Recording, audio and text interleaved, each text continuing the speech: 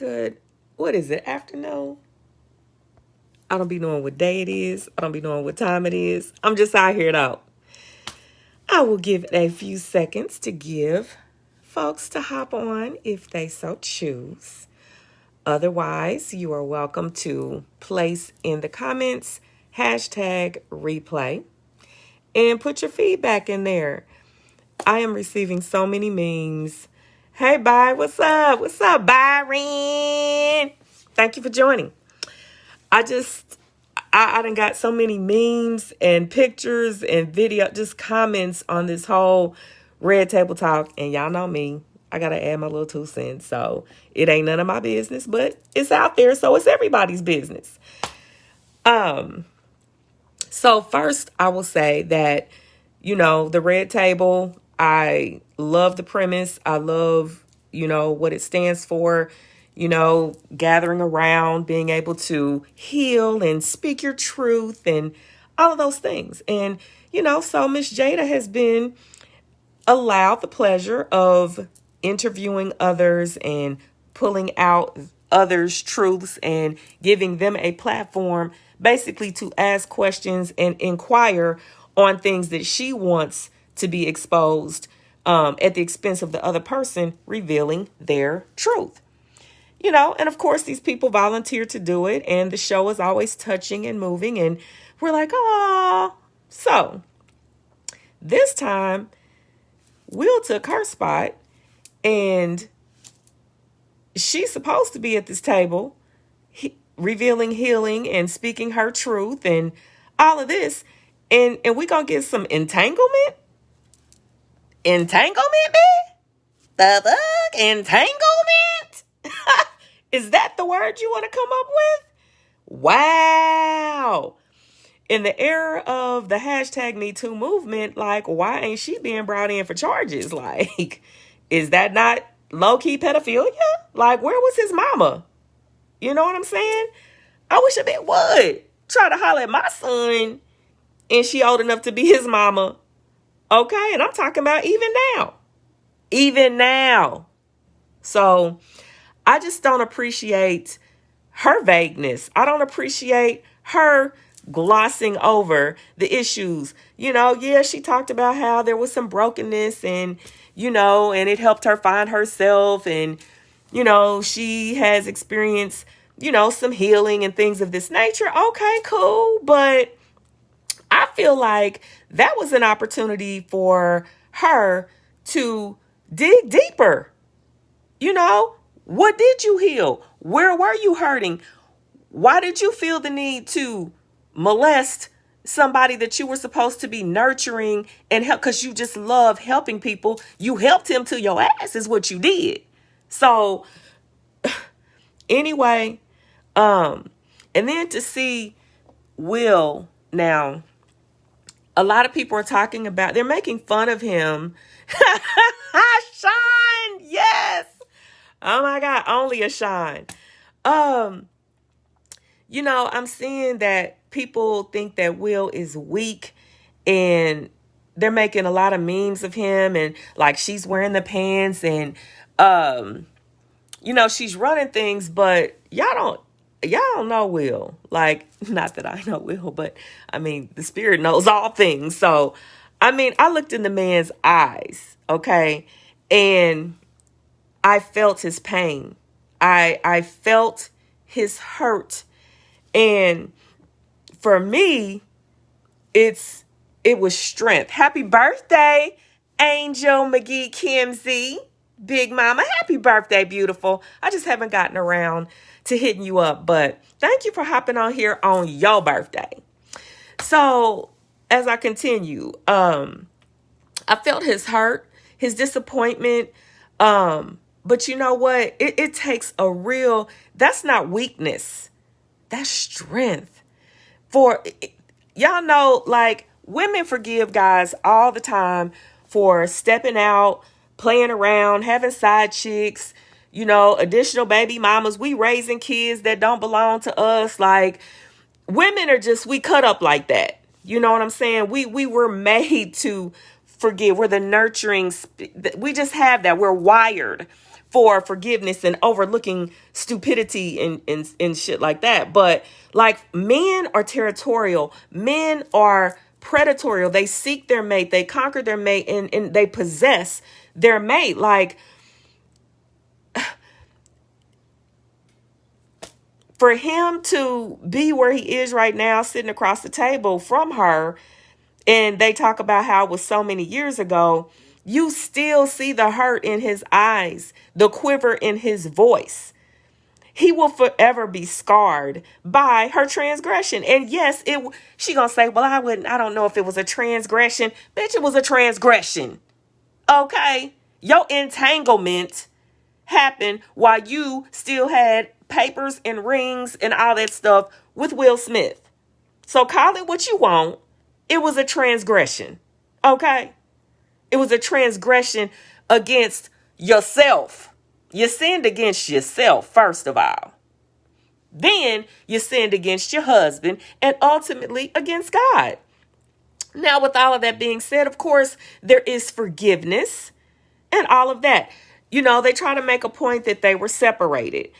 Okay, but why was y'all separated? Y'all don't even talk about that. Like, Will said he was done with you. He was through with you. And if anybody knows from his prior marriage, you know, with the mother of his first son, you know, having a child at the age of 22 years old, 22, 24, he was young. I'm going to say 24. And having to divorce her while his son was 2 years old was the most painful and devastating thing of his life.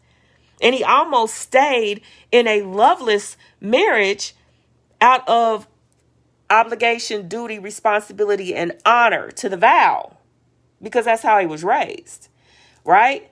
So it took everything he had in him to walk away from that first relationship, and it took Cherie saying, I don't love you.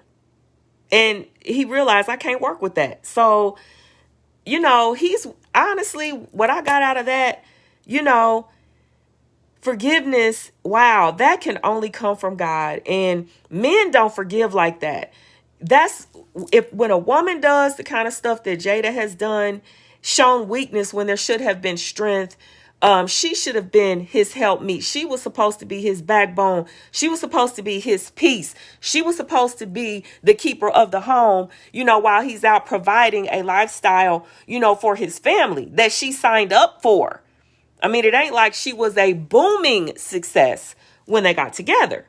So, you know, they've always, like when couples got married in Hollywood, I'm not going to even say that they were one of my favorite couples, like that I connected with them on a couple level, but I've always had just a connection. I've always felt connected to Will. I just have. And you know, I respect his work ethic and his resolve and his authenticity. You know what I'm saying? And his willingness to correct mistakes and to be better than he was the day before. And, you know, I just love the guy. So, not that he's perfect, you know, I've seen flaws and issues, you know, within him as well. So I'm not excusing him. And possibly, you know, him being such a workaholic and being so focused and diligent about his career left her in times where she was insecure and uncertain and felt the need, like felt a void within herself. But you know who feels that void? God. That's who feels it. God. Not August Alsina. Not somebody's son. Not somebody's grandson. That ain't who's supposed to fill your void or fill you, Jada. Okay? At the end of the day. Now, with all that being said, she obviously was hurt.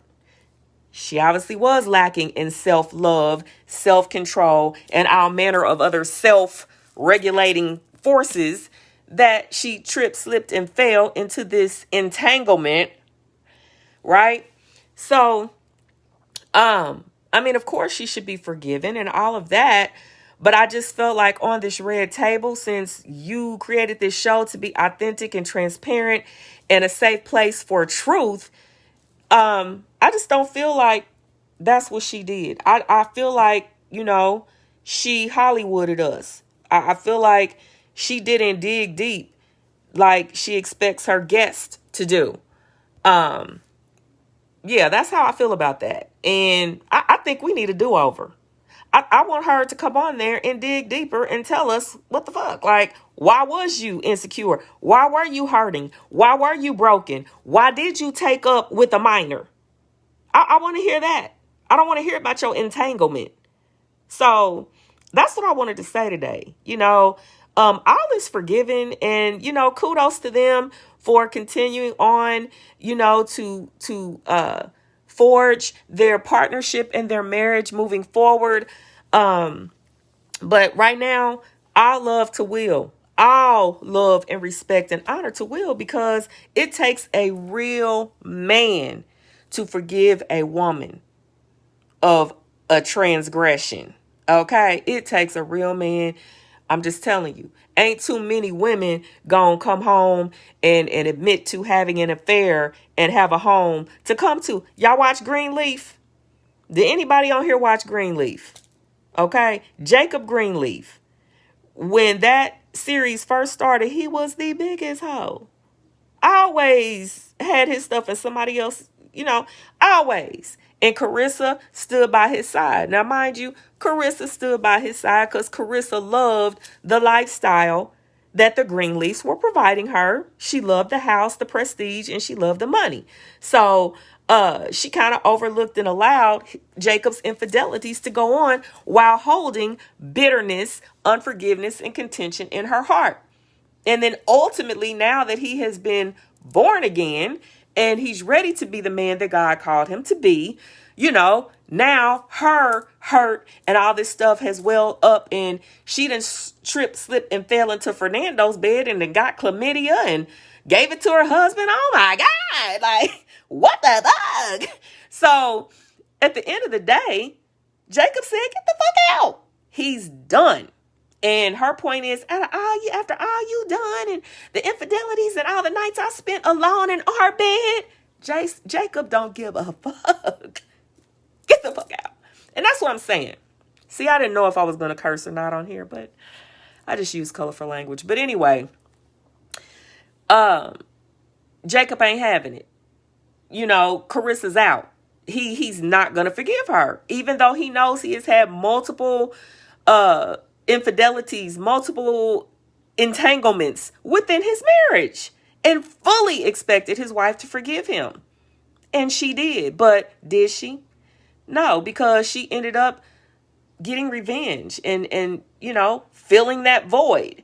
So I'm just saying, it take a real man to forgive a woman of an infidelity. Guys be thinking, when they be messing up and they get to come back home and the wife forgive him, what you really need to do is ensure that you have been forgiven. Because I'm going to tell you, the day of reckoning will come. Now, women forgive, but we do not forget. And if that woman ain't truly healed and ain't truly identified with your issues as to why you was committing infidelities and entanglements and stepping out, like if she don't really identify and relate to you and look beyond your faults and see your need, bruh, you about to have an entanglement on your hands in a few years. Okay? I'm telling you, hear me now. Listen to wisdom. Wisdom is speaking to you today.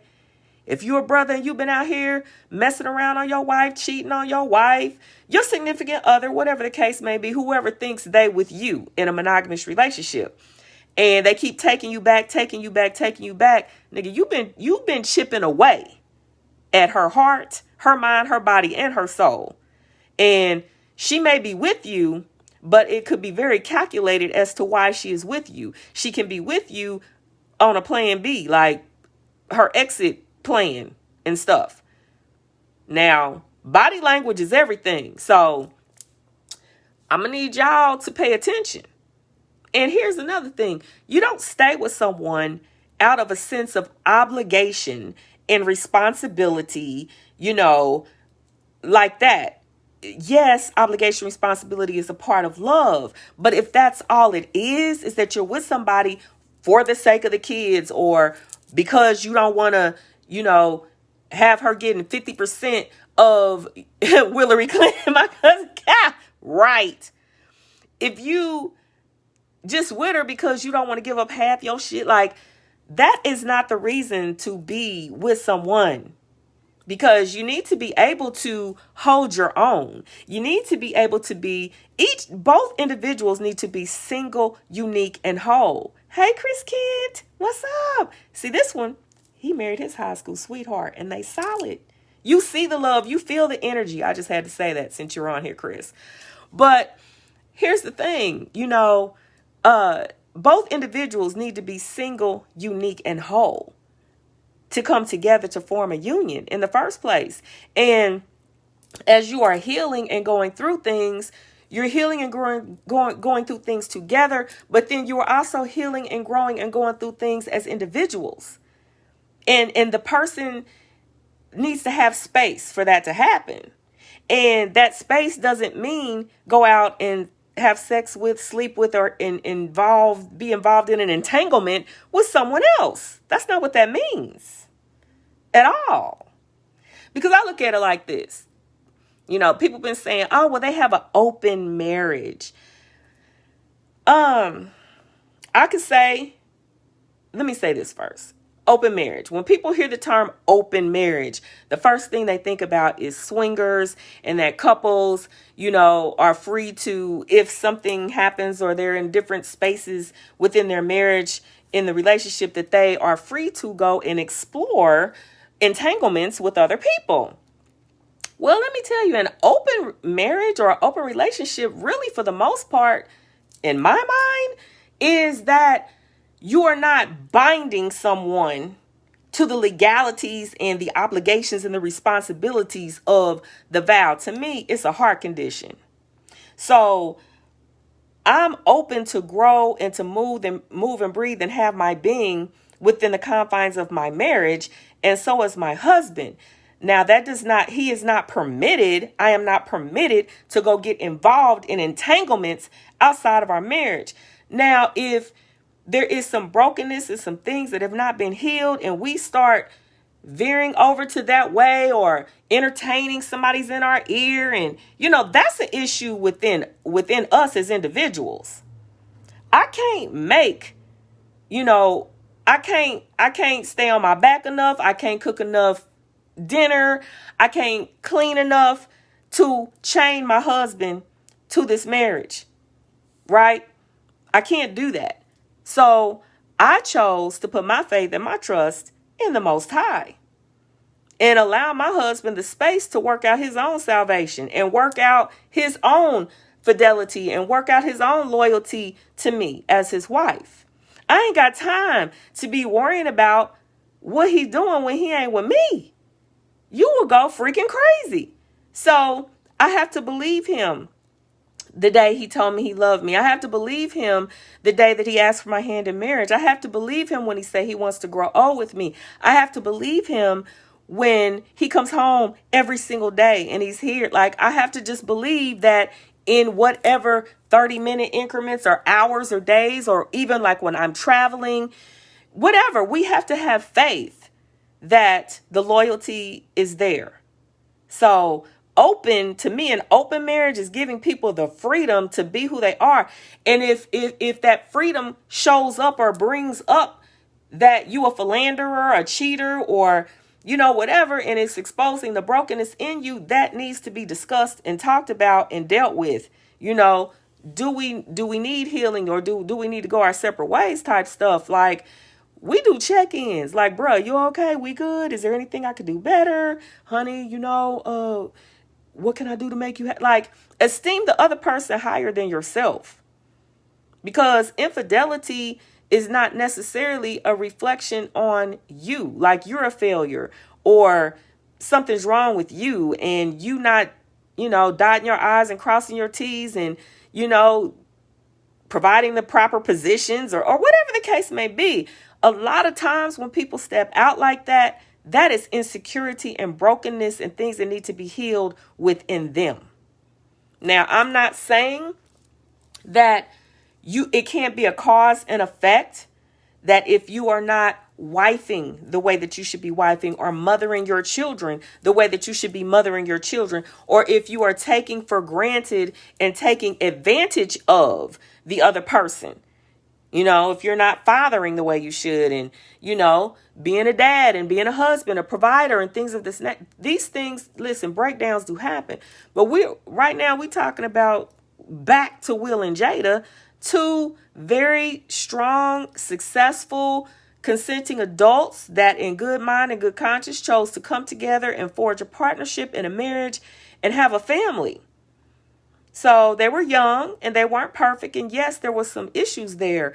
But I'm just saying, for her to get on the show, she really needed to bare her soul authentically, transparently. So to me now, her whole show is a sham. We can't come back to the table no more. I see they got a couch now. So it's the red couch. Because to me, the table is defiled. Jada defiled the table. She didn't come clean. She didn't come correct. And I felt Will's pain. He's still hurt behind that. So I don't think he will ever divorce her, because he's against divorce. He's very loyal and committed. But I don't know if he's going to still be there. So here we go with the open marriage. Like he don't give a shit. Like if she goes and mess around and get in another entanglement, as long as she doesn't disrespect him or do it publicly, openly, or put him to an open shame, I think he's just going to be there. I think he's going to throw himself into his work, or whatever. But he's hurt. Will is hurt. And he's not weak, guys. It takes a really, really strong man to forgive that type of stuff. So, and I'm not talking about the guys who willingly and consciously know that they're women, like, you know, how you can't turn a hoe into a housewife type stuff. Like she was a hoe when you married her. Like, so you know that, and she's cheating on you and stuff like that. No, that's your issue, bro. Like, you knew. I ain't talking about that. That's something you need healing from, okay? But I just wanted to get on here and talk a little bit about that. Not going to continue to go on or belabor it any further. I just had to say, Jada, it's a thumbs down for me, cuz. And y'all need to stop sharing them memes and pictures that depict Will as weak and, you know, less of a man because he's forgiven his wife and he's trying to make his marriage work. I think that's honorable. Does she deserve it? I won't give an opinion on that. You know, if she hasn't fully healed, will she do it again? All I know is hide your babies, hide your sons, because she a cougar. So with that being said, I am done for now. I know I haven't done a male moment in quite some time. I have accumulated so many things that I need to share with you. So I'll probably do that next week. I've just been spending time with my team and my family, and basically just, you know, on my grind over here, meditating, doing some introspection, and just trying to determine what I'm going to be when I grow up and what life is going to look like for me coming out of this pandemic. So I hope that you guys are enjoying your Saturday. I know I am. It's a beautiful day, and I plan to enjoy it to the fullest. But yeah, I love you guys. Thank you for joining. And please drop your comments in the box. Okay, let's see what Stephanie says. Stephanie says, if people don't leave my favorite couple alone and worry about their own relationship, she didn't owe the world an explanation. Will is not perfect, nor is she. That's my opinion. She said she was broken and wanted to feel good. Wow, who hasn't been there before? I could go on, but I won't. My cousin Kim said the strength is in love. They're healing together. Talking about it again showed how raw it still is. Yes, Kimmy, that's what I'm saying. He was hurt. Will was hurt. And Stephanie, I agree with you to a point. But if we're going to get on there and talk about the healing, we need to be completely transparent and authentic and lay it all out. Don't be talking about some damn entanglement. Okay? And that it wasn't a transgression. Because it was. And no, Will is not perfect either. I didn't say he was. like I said, a lot of his hard working and being laser focused on, hi Leah, being focused on work, leaving her at home alone and stuff like that to raise the kids, maybe that's what contributed to it. But to me, I mean, me just being a strong, just the way that I'm made, the way my family, the women in my family, the way we cut up, like we just get it. Like, I don't know, the mentality is some things I just can't relate to. I've had brokenness. I've been broken, and I just have not used it as a platform or an excuse to do shit. We just own it. And I can't project my stuff onto someone else. And hell, I ain't a celebrity and in the limelight by any stretch of the imagination. But, since we getting raw, see, I was trying to get off of here, but I done read the comments. Now Kim said that was to protect their brand. Absolutely. Absolutely. But also, Kim, Will he's militant and he's totally against divorce. Like, he didn't even want to divorce his first, wife. When he got married, he said he wanted it to be forever. And those are the values that I believe he holds. But now, I mean, he's having to put his money where his mouth is because he's deeply hurt and bruised and wounded, and he's in this marriage. So I appreciate that they're going to try to work things out and all that. My entire point of this video, if you're just now joining, we were talking about the red table with Will and Jada and how she, talked about her entanglement with a minor. I just feel like she wasn't authentic and transparent enough. I don't feel like she used the red table to bare her soul and come clean the way she expects her guests to do when she has them on her show. And, with Will doing the line of questioning, I even feel like he tempered his questions because he didn't even want to know the answers. The answers to why this had happened, I think, we're obviously going to point to him because then we're going to look at finger pointing and blaming and all of that. So some people were saying that they're actors and they were really acting. No, that was real. That was transparent. That was them for real.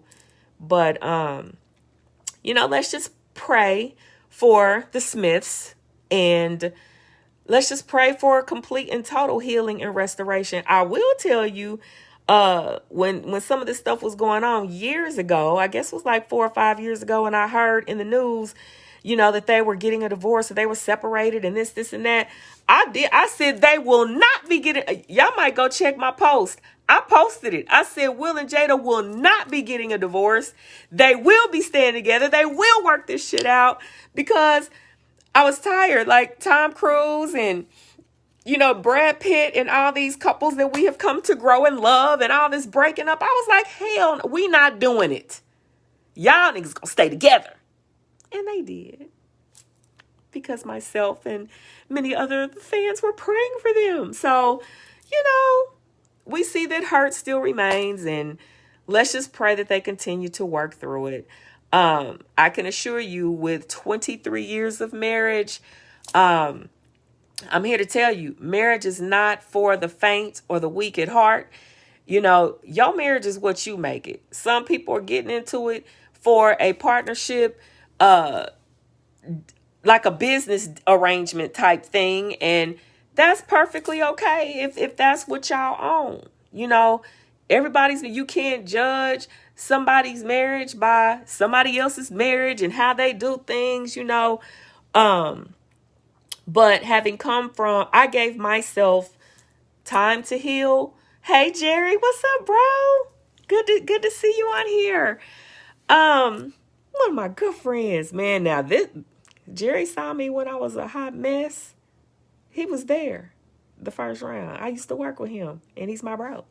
But yeah, I've healed from a lot of things. Like from my past, I had time before I married again, and I can identify with Will about divorce being very painful. That was one of the worst things that I've ever encountered in my entire life was getting a divorce. Like, I didn't get married to get a divorce, but I can honestly be real and say that even as I was entering into marriage, it was for self-righteous reasons. I knew things were not the way that they should be. I saw some red flags.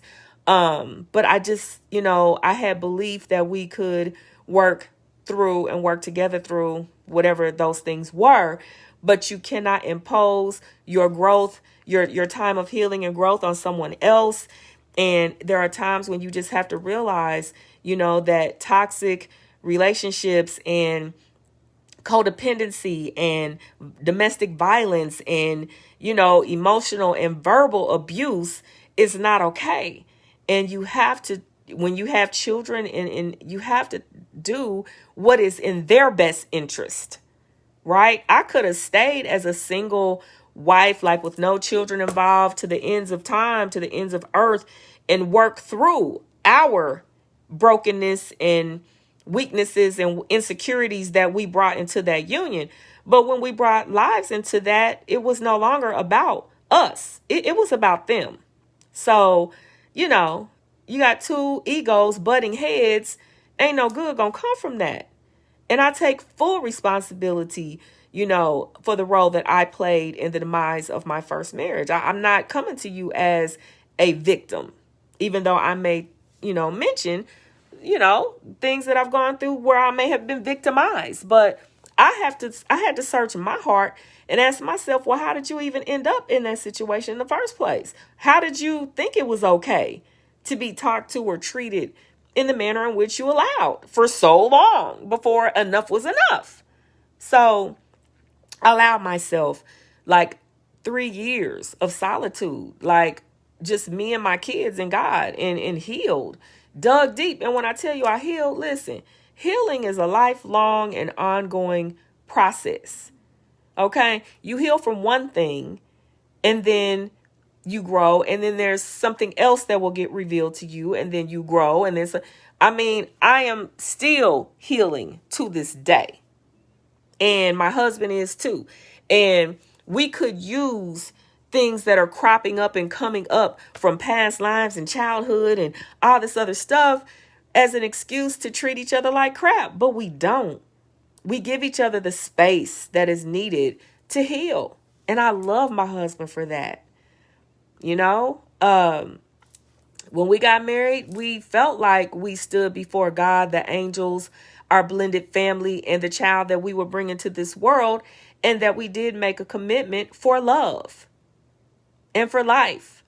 And we're committed and dedicated to that, but not out of a sense of obligation and responsibility. Because sometimes, I ain't even really gonna get into all the things that we have been through, right? But a lot with having a blended family and exes and child support and lack thereof, and, parental alienation, just a lot of things, right? Contempt of court. Those are just to name a few things without putting meat on that skeleton. There's just been a lot that grace and space has been needed to heal.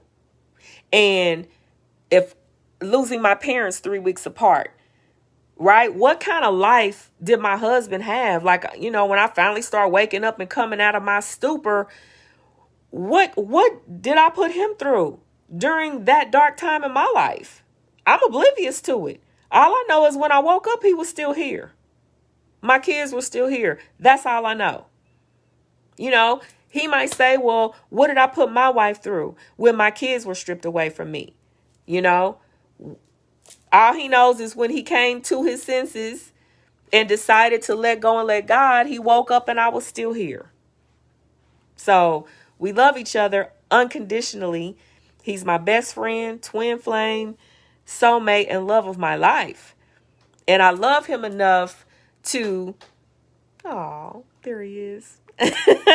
I love him enough to where if his pain had gotten to the point where it was too much for him to bear, to try to hold up a family, to husband me, parent our children, and just freaking live, that I would let him go if I had to.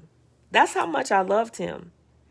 And it wasn't, he ain't giving me enough attention, or, this, and that, so let me go get the attention from somewhere else. That just never, I promise it never dawned on me. When I said I do to him, when I see him, like, I don't even see another man.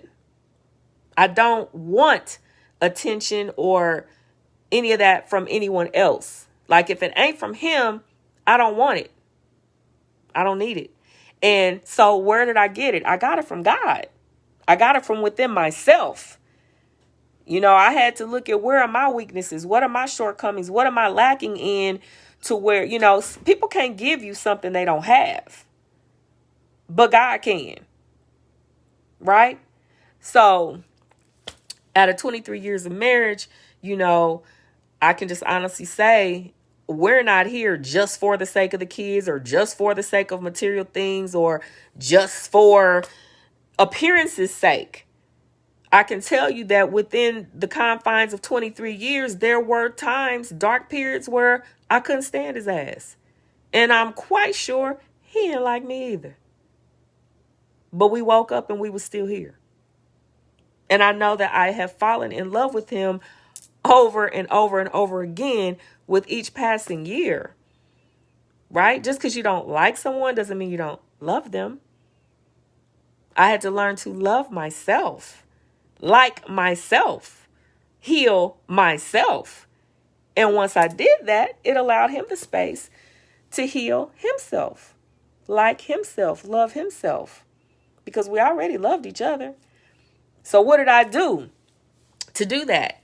I always remembered when we first met and how we were friends first.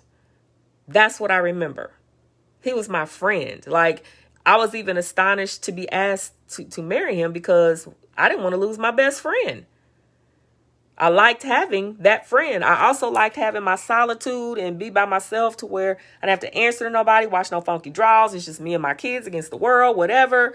But then I thought, well, and it wasn't me. It was really just God speaking to me, like, well, what better person to marry than your best friend? Right? That's somebody you can know, love, and trust. So what I'm saying to you is, I believe and I feel that if it were to come to a situation where we were being pulled on, or external forces were trying to penetrate this right here, I could see my husband and I sitting down and having that sensitive conversation, and talking through it. Because we have check-ins like every 3 to 5 years.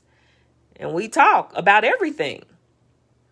So anyway, love is the key. Love covers a multitude of sin, and love conquers all. All right. And love is not the butterflies that you feel, the lust or the sexual attraction that you feel, all of that is great. But what I will tell you, when it's sincerely love that comes, the universal love that comes from the Creator, that's the type of love that can endure pain and suffering and hurt and transgressions and entanglements, and can forgive and release and hold harmless the other person. I mean, and that's what we both wanted, and that's what we worked for, and that's what ultimately we have. So I look forward towards a lifelong journey with this man. But what I'm telling you is that if this journey became too painful for either one of us, we are mature enough, strong enough, and love each other enough to release and let go and hold harmless the other person. So they say when you love something, set it free. And if it was meant for you or meant to be, it'll return to you. So Jada and Will have found their way back to each other. And let's just hope that Will can truly heal, moving forward. Because I see the pain. I see the pain, and I just hope he ain't there for the wrong reasons. So I'm going to go now because we could be on here all day. Okay, but I am going to look at the comments. Hey, Melanie, thank you for joining. Mandy, Darlene, hey, Lisa, what's up, LaShawn?